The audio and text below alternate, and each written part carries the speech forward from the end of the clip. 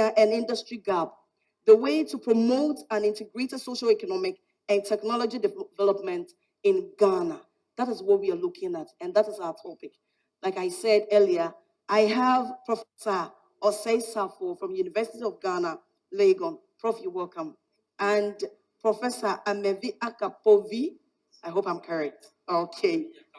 Akapovi, okay, thank you. Pro Vice Chancellor, Accra Technical University. I welcome you. Today is the 40th anniversary of Kantanka Tech Exhibition 2020.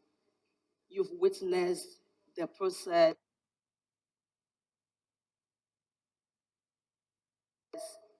What is your take? What would you say before we even start our discussion? Okay, let me start with you, Prof. Okay, thank you. So I am a natural products chemist. Okay. So I'm passionate about herbal medicine, production of herbal medicine. So I'm just excited about all the technological advancement that I've just seen. Okay. And I want to see how I can collaborate with the Siapong to move the process forward. Let me clap in advance. Thank you so much. And I just love with the way you do your pronunciations. I was for everything I say, my borrow Prof. To come to you, Prof. Yeah, thank you very much. Okay. I think so far it has been very impressive.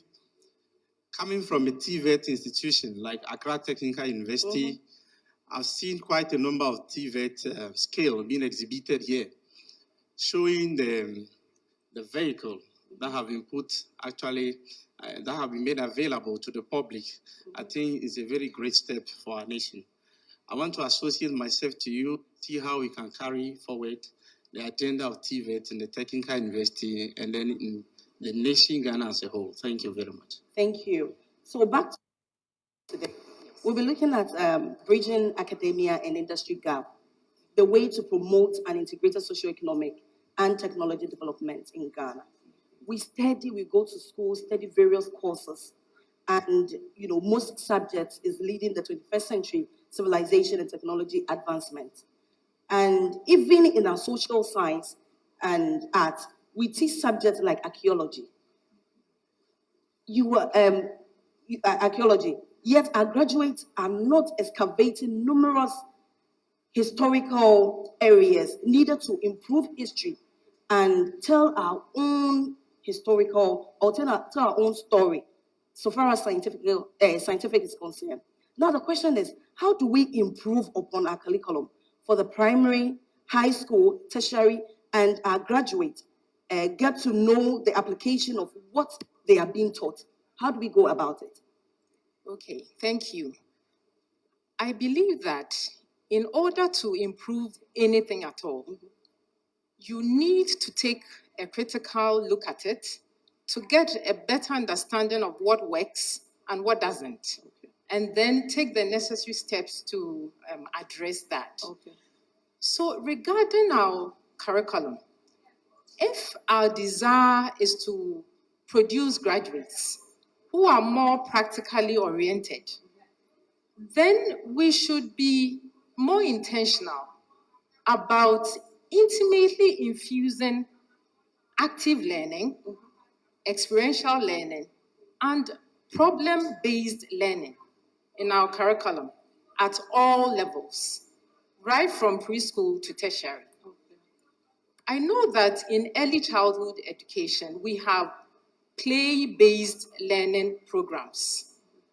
Now, these programs, as simple as they may seem, help the children develop investigative and exploratory skills. So they begin to ask questions about how and why things work in a certain way. And if we're able to nurture these skills, then we instill in them curiosity and a thirst to understand their environment. So these skills should be nurtured along the academic ladder. So by the time they run through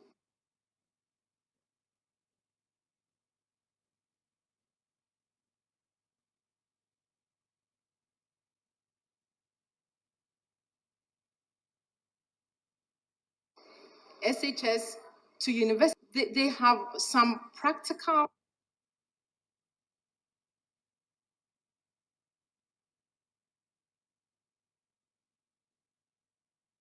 high school, because now we've distinct the TVET and the senior high school.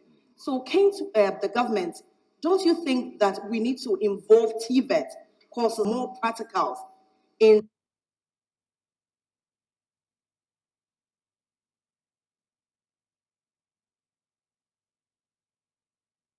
high school, courses? Okay, thank you very much for the opportunity to answer this question.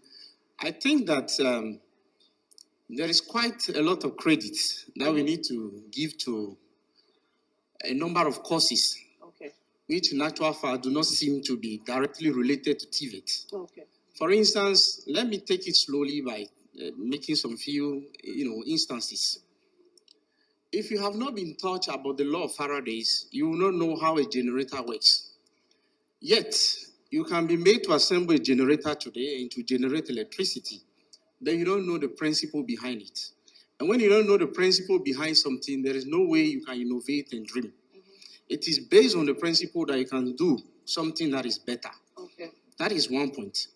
If you take, for instance, what is happening today, the proliferation of electronic devices, we have miniaturized, mobile phone and then apparatus, 7 different purposes, is due to nanotechnology and then development in electronics and other areas, which when you tackle them directly, they do not have a practical dimension, but they tend to be the basis or the foundation on which now most of the applications are built.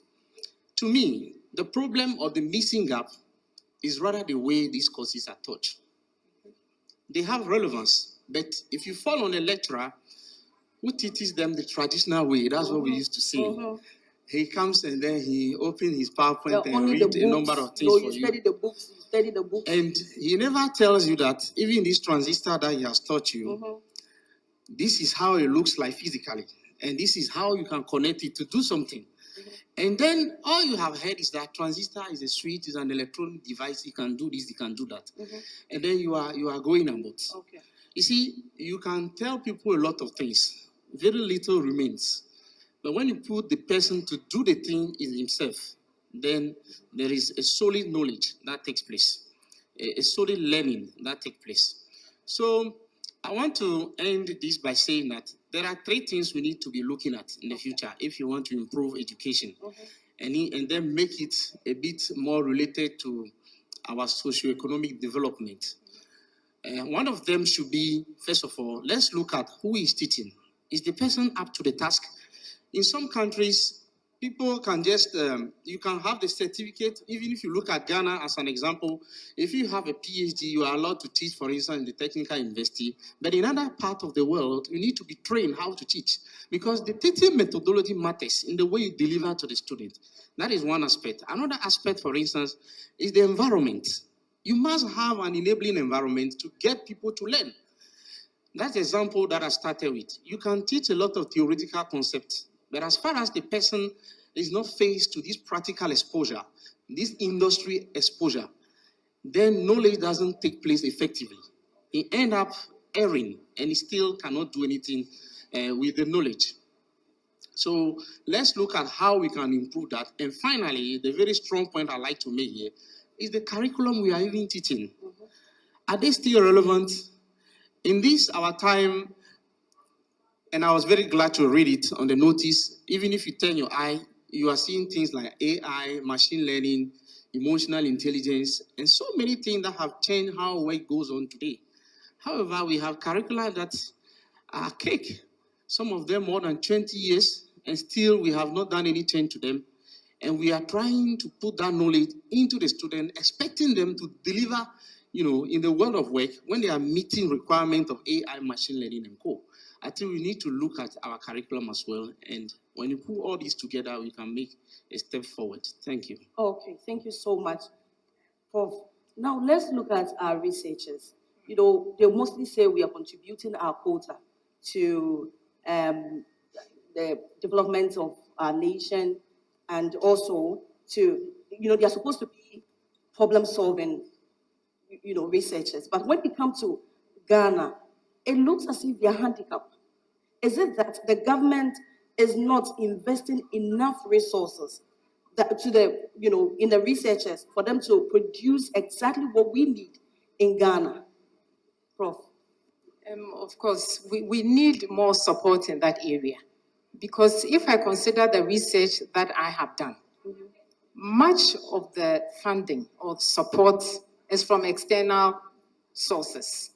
So if you have an external donor, then of course, even how you go about the research, the length of time, the thematic area, will all be dictated by the donor. And it may not be relevant to your setting. But if we are supporting our research, then we can do what benefits us. So more support financially, infrastructure-wise, is the key. Okay, so let's take a Kantanka Automobile, for instance. Assuming they come to you as an individual or a researcher to maybe research on how the consumers want their specs and all that. Yes. Can the government collaborate with Kantanka Automobile to fund the researchers to produce what they want, or it becomes solely on Kantanka Automobile? Well, so if I receive such a request, then the first question would be, where is the funding going to come from? If the private investor can support the research, why not? But we could also write to the relevant ministry to ask for support and hope that we would get it. Okay, let me come to Prof. Kapavi. Okay, when you receive donors from Western world to research on a particular things, do they become relevant to us? Thank you very much for the opportunity. Sometimes we do not just receive, fundings from external donors. We apply to them for them, and for that matter, we apply for what is relevant to us. However, what I would like to emphasize on is that there is quite a number of opportunities in Ghana where you can get some research grants. However, there is another problem which is hidden behind that, and I would like to just clarify that a little bit. You see, you have care fund, you have government policies giving some research fund to lecturers in the universities, and then you have some opportunity we call VET, Skill Development Fund, that you can apply and get some grant like we did this year and run some field training and skill development programs. But there is a problem. The problem has to do with the skill or the confidence level of the researcher sometimes. If a researcher has not been exposed to a car assembly system, for instance, and then you should give him a grant to assemble a car, yes, you get the money, but you fail you. Because he doesn't know how to do that. So where is the exposure? Who trained who?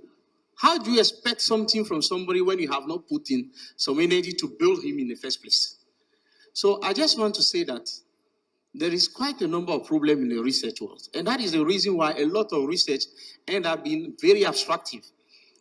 Just testing hypotheses, checking whether this and this are. But in actual fact, if you want to solve problem, and I'm bringing you, closely to the concept of applied research, which is the mandate of technical university. Applied research is the type of research that brings solution, the one that solves a fundamental problem to societal life. So if you are to engage in applied, research, you need to have knowledge and skill. You need to have exposure to the industry. Sometimes it is not bad, for instance, to have some people from the academia being trained in some of the engineering things happening here because the exposure isn't there. Okay. How many of the technical universities are having, for instance, an assembly plant or things of this nature? The exposure is not there. So sometimes the opportunity must be created for people to be more exposed and then learn more. So who is qualified to be a researcher? Oh, nice question. Everybody is qualified to be a researcher. If I eliminate anyone here, they will beat me by the time I'm getting down. But I think that research, in another term, is a core mandate of lecturers. Apart from the fact that anybody can engage into research, research follows a scientific approach. And for lecturers, is one of their mandate. Apart from teaching in the classroom, they have to conduct research and at the same time do extension service. So it's an obligation for them, and it's the basis upon which they are promoted. So as for lecturers, there is no two ways. They must do research. Okay. And we need them to do applied research to bring solutions to what is happening in Ghana. In fact, if you give me 1 minute, let me give you an instance. If you look at Gratis, for instance, Gratis Foundation is looking at, promoting small-scale, industrialization. So they keep coming with machineries and equipment that solve fundamental problems. Apply research. So these are the type of research we should engage in the more. But I'm asking this question because it looks like our researchers are mainly focused on the paperwork. We did this, we sent theses here, we went to the market, we asked them questions and all that. But I've never come across a researcher who has been to, let's say, Apostle Safo Suaye, to practice whatever he or she has learned, and it's coming out there. Meanwhile, the person has stated in the book that, oh, when you add this and that, you're going to get this, meaning he is solving a problem. But how do we practice it? Is it that we don't have enough infrastructure or we don't have laboratories? So there's limited infrastructure for research. Okay. But we need to encourage more academia-industry collaboration so that we can have opportunity to train better in some of these areas. Okay. So, for example, if the Apostle Kojo Safo Suaye has the relevant infrastructure for my research, then what can I do to collaborate so that even if it's not for me, the students that I'm training can have access to the relevant infrastructure or equipment, the hands-on, the exposure that he spoke about, to become a better scientist, Okay. to apply the knowledge that he or she has acquired. So now, who is mainly responsible for putting up such infrastructures? Okay. Yeah, I think you are right. The I'm person pushing too is, much. I'm is- sorry, is- but we need to know. yes, it has to do with policy, and it comes from the institutions themselves. For instance, we are promoting TVET. That is something that is very dear to us. So I can tell you, we have taken steps and we have visited your center already. We have signed an MOU and we are in collaboration. We have students who have undertaken some attachment with you, and we have planned to have lecturers having some learning experience. You see, it is something we must cherish, otherwise we will fail in our mandate. We have to promote this industry-academia relationship, and then also promote research, that is the applied type. This even brings me to some baby ideas I have about what is called Scale Training and Applied Research Center. You look at the initial, Scale Training, Applied Research, STAR centers. We need to build STAR centers in Ghana, where lecturers and researchers or whoever is interested can have the opportunity to go on and learn real skills and develop it into applied research. That solves a problem to the nation. I'll leave it there for now. I mean, I won't take you far because we have Emeritus Apostle Kojo Safo here. Assuming we put up such a big laboratory infrastructure, and then he will be around to take the researchers through for them to practice or try their hands on whatever they've learned. Don't you think that would have been the best and then bring progress to our country? Absolutely. So the University of Ghana has an Institute of Applied Technology. And do we have the infrastructure? So what they do is to link academia to the relevant industry, Okay. either to pilot an idea that maybe we have or industry has, to see how it works and to improve it. So Okay. we should have more of that to identify the relevant places, to establish the right collaborations with, to impart the skills to our students. Okay. So are you here to go to Gomoa Mpata I'm and here to- collaborate with? I'm yet to. I tried. So one of the we held a fair. The ISD I spoke about held a fair and invited the Apostle Kojo Safo team. So that is when I got to hear about them, and I've made attempts to establish collaboration, but I have not been successful yet. But I intend to pursue it after seeing what happens with the Phytochemistry Center. Okay, Yes. since you're into the research institution, let me ask, before government implemented this planting for food and agriculture, was there a comprehensive research on this before they started executing it? Well, I'm not in agric, so I can't tell. But my colleagues in the agric School of Agriculture, you know, they have their experimental farm Okay. where they practice some of these things. So I believe so, but how comprehensive it is, I cannot tell. Okay, so let's take Legon for instance. Do you get, work from the government since there is a body instead of, getting fund from outside, or the government do not, contract the researchers at all? Oh, they do. They do. They do. How often? So, well, in my area of research, I would say that this is minimal. Okay. Yes. Okay. But in other sectors, they do. I don't want to push it too much. I wish, we have bodies from the government to be here so I can, bombard them with a lot of questions. but I But believe you are they- limited with, Yes. you know, But they giving can out do more. information. Okay, they can do more. Okay, let me take your final words for Yes. us to bring this discussion to an end. I think we've said it already. It is part of our mandate to foster collaboration with industry and to build a team that actually look into applied research. Because our mandate as a TVET institution has to be carried forward. We have to be more present Okay. in bringing solutions that solve fundamental problems of life. Our students need to have skills, And you highly added employable what you skills. expect the government to do to improve on everything you're doing. Yes, I think the government is playing its part. We are doing our own too. Together we can make Oh. a better future. Prof, But I believe that the idea of skill training and applied research center, which are called STAR Center, is already one that is happening here. okay. This is a center where you see excellence. Because coming up with what I've seen today is not common in Africa in the first place. And for that, we commend the effort. And we associate ourselves to make sure that next time when we mention this, we can mention perhaps that the light or something has been designed in collaboration with ATU. Exactly. So thank you very much. I Okay, wish thank you. Okay, Prof. Yes. Final word. So I would say that regarding human resource, I don't think we lack that. Look, when our students step outside to continue their training, they excel. Okay. So what is the difference? It is the infrastructure. So once we have that, we will excel and do things that are relevant to our setting. So what are you telling government? They can do more. Oh, you don't want to say You much. know, they can do more. Okay. Yes. Thank you so much, Professor Safo Osei Safo, University.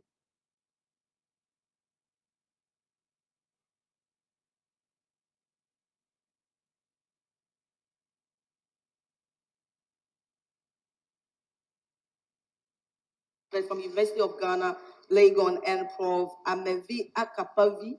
I hope I'm correct. Akapavi, okay. Prof. Also, it's me too, especially, so because you're paying for the government. It's a woman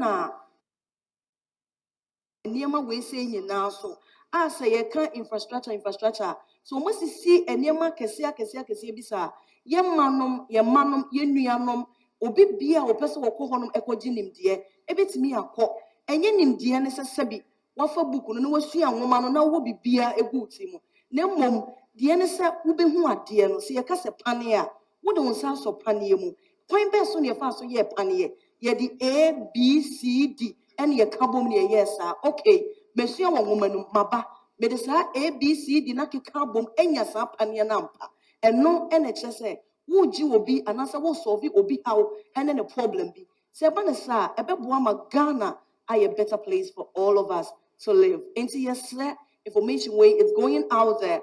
We are pleading on our government to take note of all the things that they've listed and then put them into practice. Thank you very much.